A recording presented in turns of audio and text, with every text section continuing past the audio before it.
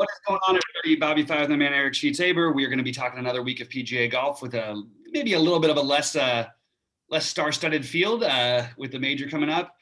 And last week was really good for me. I had some real shots going into Sunday, and especially going in after Friday. I had guys everybody was in the top 20 going in. It looked like it was going to be there. And I called the Neiman to win. He just came up short for me. I actually bet him to win a little bit. Really? I didn't know that. I bet him with a friend of mine because I can't do it through my account here. So anyway, so we're on to another week here, and I think there's a lot of different ways to go. So Sheets, why don't you pull up your screen and we're going to go tier by tier, but do you want to give a sort of your overall thoughts on this while we're... Yeah, so first I'll do a course thing, I'll do a tournament thing. So this is one of those tournaments that shows up, right, where it's either right before a major or right after a major. It doesn't get it doesn't get a good field. And what just happened? Sorry about that. Let me just share my screen here. And so you get like pricing that you just feel uncomfortable with, and you have to remember that everything is somewhat relative. It is a course that apparently favors accuracy, like all courses do, but especially on this course.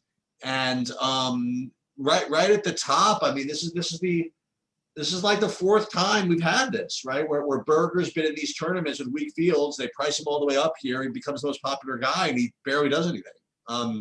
So I don't know.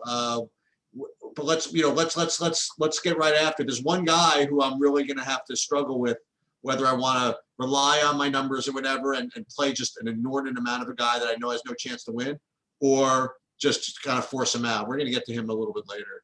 Okay. So at the top, you like any of these? Guys over 10K? Yeah, Harman's my favorite. I know he's gonna be popular, but I would lean more. I really like. I don't understand. I'm just never gonna understand people, I guess. And the Cam Davis thing. Not play Cameron Davis. Then fine, I'll just play Cameron Davis. I don't need to think about this. This is not a tough decision.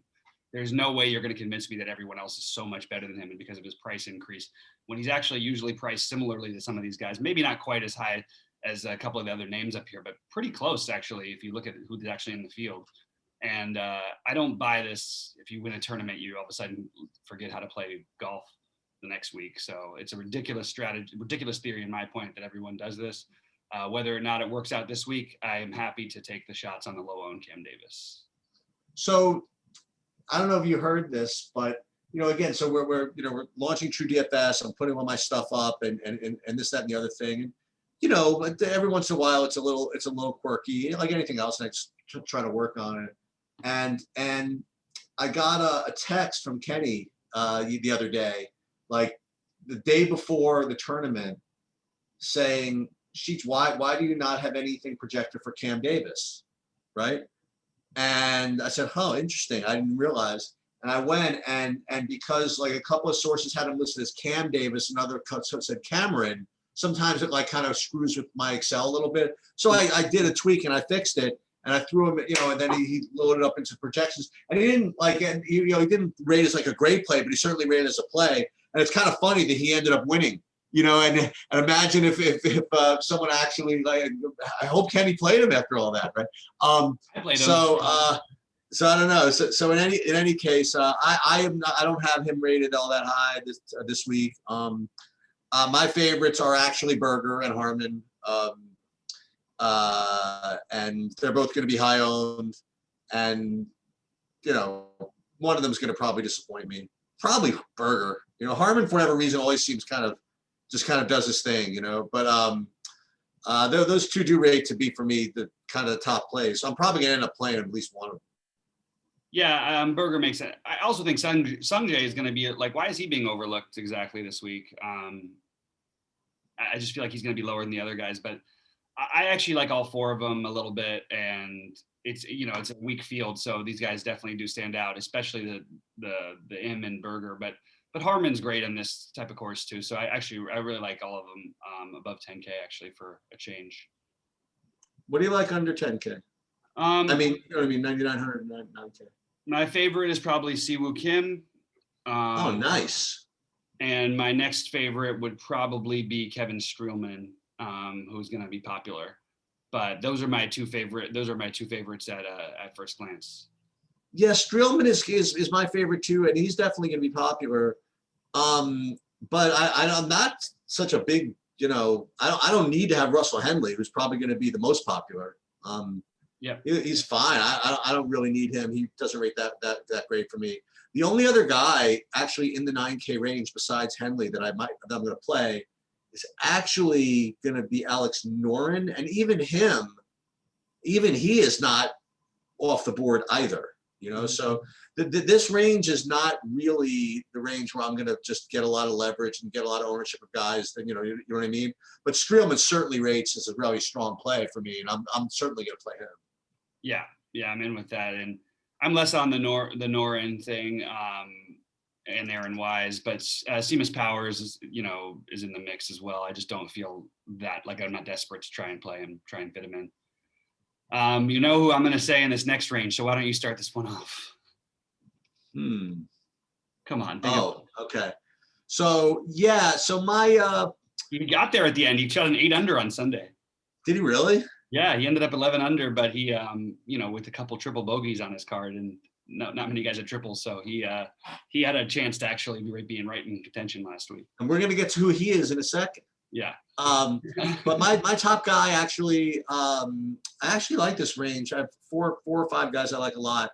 My top guy is actually Johnny Vegas. And he'll, nothing earth shattering. He'll be double-digit ownership, but that's okay. I also like Doug Gim at 8K, similar. I mean, he's going to be between 10 and 15% owned. Mm-hmm.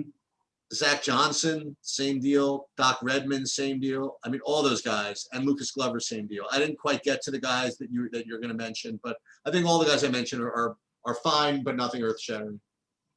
Yeah, I'll take Patton Kazire again. Load up on him this week. That's what I'm going to do. I just think he's a better golfer than what we've seen. He makes the occasional mistake like he did last week and has those weird triples. But I think that he is I just think he's as good as anybody else in this range. Is going to be lower owned, and it was somewhat lower owned. And I think that there's a chance that if things played a little bit differently last week, he could have ended up being in the up in near the 10K range or whatever here. So I really like Kazire. I'm going to recommend him most of the time. I just believe in his future. Troy Merritt, who we didn't mention, another one from last week. Yep. I think is well in play. I also like Zach Johnson and Doc Redman, and I can get behind Johnny Vegas and Doug Gim as well. That we're pretty much on the same page as far as this range goes. Do you want to start off the 7K range? Because I'm going to have to load up our video while we're doing this. So. Yeah. So I this is my issue. So I have 1, 2, 3, 4 guys in the 7K range, actually 5 that I like, and they're all really gross. Like my top rated guy is Steve Stricker, and he's actually going to be owned. So I don't know what I'm going to do with that. My next guy is Harold Varner. I like him a lot. Then there's Kyle Stanley. I like him. And there's Pat Perez. And then the last guy I'm going to mention who I like is Scott Stallings. So I guess of those right now, the lowest owned is probably Varner, maybe. So I guess he would be my favorite. But the Steve Stricker thing, I really don't know what I'm going to do with it. So wait, why are you so anti this? If you like Stricker, what's the problem with using him? Because he's like 100 years old. He's not going to do anything. You know what I mean? Like the course profile is like perfect for him, and I think he's won here like 1 billion times or something like that. I think he owns this course too. But is he really going to do anything? I mean, honestly.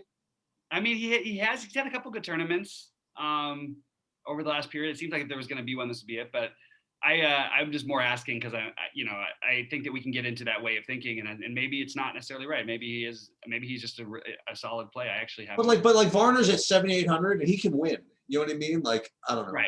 Right. I guess that's fair. I mean, but are we really sure that Stricker can't win? Like it's not. I don't know. And can Varner win? I don't think Varner's ever won a tournament. Maybe not. Every tournament he always profiles really well and then never does. Right. Then he's struggling to make the cut. Yeah. Exactly. I just feel like he's one of those guys. But all right, I got the video loaded up so I can pay more attention to this now. So my favorite by far is Scott Stallings in this range. I like. And then I'm okay with Varner, but I don't feel like bless you. I don't feel like he's like I'm desperate to get him in for any reason. Did you mention Sepp Straka? No. Oh, I was just like, I had heard some people mention him and I couldn't figure out what the logic was there exactly. I like Patrick Rogers. He's actually played better on tough courses than people might think. More, you have to fine point courses or whatever you want to say. But I like Patrick Rogers quite a bit. And I can get behind Steve Stricker. So I actually don't think I'm alone there. I'll play him. I'm in there. I don't mind him this week. And yeah, I actually think that Stricker is a really makes a lot of sense to me. That's partly why I was poking at it. But so yeah, I'm into Stricker as well. So I got a couple of guys under 7K actually. Finally. It only took 30 shows. I got just when you don't need them. Yeah. Right. I mean, like, why can't this be the week when you have Dustin Johnson and Bryson DeChambeau at 11.5 and really need to play him? Right. With that said, they're all gross, but they're all low owned. Michael Thompson, Roger Sloan. I got two more: Danny Lee and Joseph Bramlett. So those are my guys. I'm going to be playing 20% probably of all of them, and see what happens. So I have Sloan. I had Sloan. Okay, there you go. And I had Lee as well as I was with a little question mark. Oh, did you? Okay. The guy who one of these days I'm going to start playing Benny on again. I don't think this is going to be the week. Okay. But I'm considering it. And then I'm going to go back to our old guy, John Hudd. Yep. Hopefully he finds himself. Oh, I thought you were going to say Chase Seaford. No, I actually don't mind him though as well. There's a lot. I don't feel that there's a huge gap between these guys and everybody else. So Sam Ryder, Chase Seifert, they're all in the mix for me right now. But none of them I consider like priorities. The one who I had the most interest in was Roger Sloan. So I'm glad you mentioned that one. And again, it's not the right tournament for Will Gordon. At some point, I'm going to get Will Gordon right. I know it. I actually have gotten him right a couple times. But you mentioned Bramlett, right? Yeah. Yeah. So he's another one that I had on my list as a question mark. So I'm going to upgrade him a little bit, and still have a little bit more research to do before I end up getting my actual lineups in. But Chase Seifert, I definitely think that stands out a little bit. No one's going to play him. He's really cheap, so I don't mind going there either. Yeah. So I've got a FanDuel one FanDuel play for you guys. That's specific to FanDuel. Adam Shank is a really good play on FanDuel at 7,700 at 3% ownership. He's not going to win, but if he makes the cut, that's all you need out of him. Yeah. I forgot one other guy in the 7K range before was Kramer Hickok. I'm just going to keep taking shots with this guy because I believe in him. All right, so let's play the game here. All right, who's gonna win? Who's gonna win? I am going. It feels really weird to pick guys who never ever win tournaments. Well, since it worked for me last week, I'm gonna go out of my way here a little bit, and I'm gonna say Siwoo Kim at 90. Fine, I'll go out of my way too, and I'll say Kevin Streelman. All right, I like it. So then we need another 9K guy to top 5 here, or 9K range. All right, I'm gonna take Patton Kizzire. Top 5? Yeah. That's rough. Is it? I don't know. I'll go. I'll go rough too. I'll go. How about I'll go Alex Noren? Okay. This is brutal. I don't think that's rough. By the way, he just finished top 5 last week. All right. So now we have to go. Now I need a top 10 under 8K, right? And yeah, top 10. Right? Yeah, under 8K. Or under 9K, was it? Under 9K. Yeah, top 10 under 9K.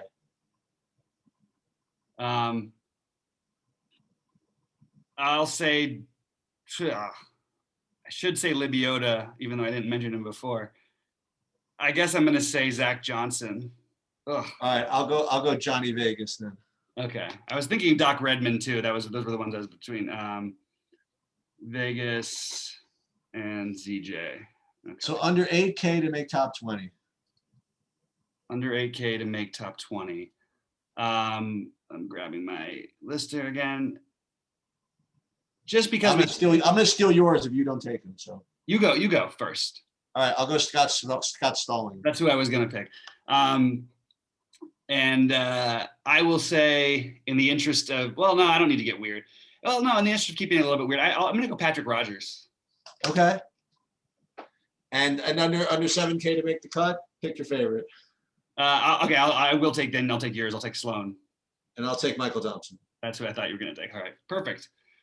All right, guys. Hopefully this was helpful. It should get you ready a little bit for this upcoming week. And I'm going to tell you what's going to happen this week. So this week, I wouldn't be afraid to leave money on the table actually this week. I think it's a really, really, really smart thing that you just said.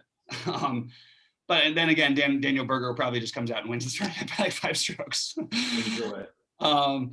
All right, guys. Good luck to everyone out there, and hopefully we have a big sweat this weekend. Let us know how you're doing in Discord, and we'll sweat it out with you. Good luck, everybody. All right, later. Good luck.